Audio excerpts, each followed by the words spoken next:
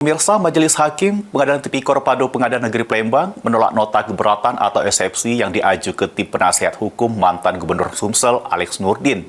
Juru perkara dugaan korupsi proyek kerjasama Mitra Bangun Setara atau BGS atas pemanfaatan tanah punya pemerintah Provinsi Sumatera Selatan di kawasan Pasar Cinde Palembang.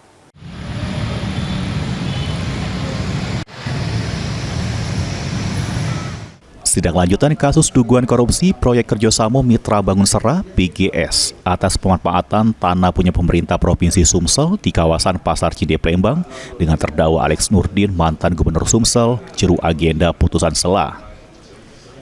Jeru putusan selanya, Majelis Hakim yang diketuai Pauzi Isra menolak nota keberatan atau eksepsi yang diajukan ke tim penasihat hukum Alex Nurdin karena seluruh dalil keberatan yang diajukan tidak beralasan secara hukum.